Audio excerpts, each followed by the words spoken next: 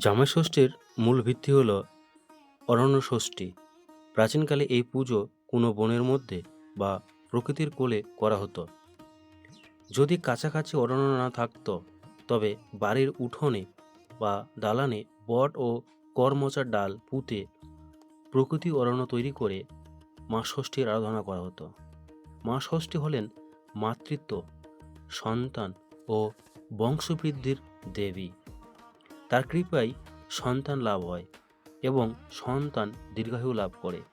প্রাচীনকালে একটি কঠিন সামাজিক নিয়ম ছিল, মেয়ের বিয়ে হয়ে যাওয়ার পর যতদিন না সে কোনো সন্তানের জন্ম দিচ্ছে ততদিন মেয়ের বাবা মায়ের পক্ষে মেয়ের শ্বশুরবাড়িতে যাওয়া বা নিজের বাড়িতে মেয়েকে এনে রাখা বারণ ছিল। দীর্ঘদিন মেয়েকে দেখতে না পেয়ে মায়েদের মন ব্যাকুল হয়ে উঠত।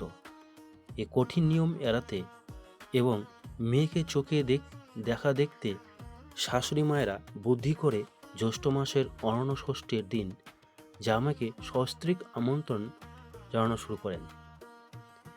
জামাইকে খাতির করার ছুতোয় নিজের মেয়েকে ঘরে এনে আদর করার এই চল থেকেই কালক্রমে অরণ্য ষষ্ঠী রূপান্তরিত হয় জামাই ষষ্ঠীতে। জামাই ষষ্ঠীর পিছনে লোকগাথাটি অত্যন্ত জনপ্রিয় এবং এটি ব্রতকথা হিসেবে শোনানো হয়।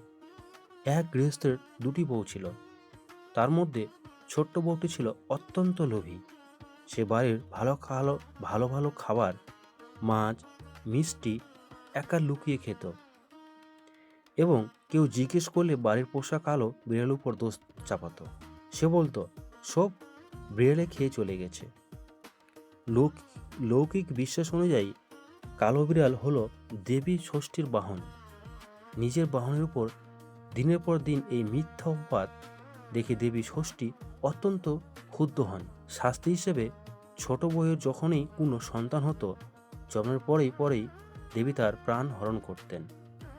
একে একে ছোট বউ তার 7 পুত্র এবং 1 কন্যাকে হারায়। শোকে পাথর হয়ে ছোট বউ একদিন গভীর জঙ্গলে গিয়ে কাঁদতে শুরু করেন। তখন দেবী ষষ্ঠী এক বুড়ির ছদ্মবেশে তার সামনে আসেন এবং তাকে মনে করিয়ে দেন সে কিভাবে বিড়ালের উপর মিথ্যা দোষ চাপিয়েছিল। ছোট বউ নিজের ভুল বুঝতে পেয়ে দেবীর পায়ে পড়ে ক্ষমা চায়। দেবীর মন গলে যায় এবং তিনি নিজের আসল রূপ ধারণ করে ছোট্ট বউকে অরণ্য ষষ্ঠী ব্রত পালনের নিয়ম শিখিয়ে দেন। ছোট বউ ভক্তি ভরে সে ব্রত পালন করলে দেবী তার সমস্ত মৃত সন্তানকে পুনর্জীবিত করে ফিরিয়ে দেন। সমাজ যখন এই অলৌকিক ঘটনা জানতে পারে তখন ছোট বউকে ও তার স্বামীকে সসম্মানে বাপের বাড়িতে ডেকে পাঠানো হয় এবং মহাসমাহারে উৎসব পালন করা হয়। সেই থেকেই জামাইকে সঙ্গে নিয়ে এই পুজো করার নাম হয় জামাই ষষ্ঠী। শাশুড়ি মায়েরা উপোস করে সকাল সকাল মা ষষ্ঠীর পুজো দেন। বটের ডাল, করমচা, ফলমূল দিয়ে ঘর সাজিয়ে সন্তানের মঙ্গল কামনা করা হয়। পুজো শেষে জামাইয়ের কপালে তেল, হলুদের ফোঁটা বা 2 চন্দনের টিপ দেওয়া হয়। এরপর দেবীর আশীর্বাদ হলুদ রঙের সুতো জামাই ও মেয়ের হাতে বেঁধে দেওয়া হয়। ধান এবং দুর্বা ঘাস জামাইয়ের মাথায় ঠেকিয়ে দীর্ঘায়ু কামনা করা হয়।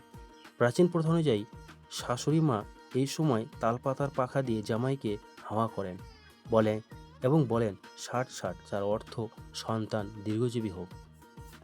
আশীর্বাদ পর্ব শেষে জামাইয়ের পাতে আম, কাঁঠাল, লিচু, জামসহ মৌসুমীর ফল ও মিষ্টি সাজিয়ে দেওয়া হয়। এই সময় জামাই ও মেয়েকে নতুন জামাকাপড় পরে দেওয়ার চাল রয়েছে। জামাই ষষ্ঠীর আসল আকর্ষণ হলো দুপুরের রাজকীয় খাওয়া দাওয়া। এটি বাঙালি সংস্কৃতির জামাই আদরের সেরা নিদর্শন। বিভিন্ন ধরনের ভাত ও ডাল, গোবিন্দভোগ চালের ঘি ভাত, পোলাও, সাথে সোনা মুগের ডাল ও পঞ্চভাজা। বিভিন্ন রকম মাছেরও পদ থাকে, গলদা বা বাগদা চিংড়ির মালাইকারি, সর্ষে ইলিশ বা ইলিশ পাতুরি এবং রুই কাতলার কালিয়া।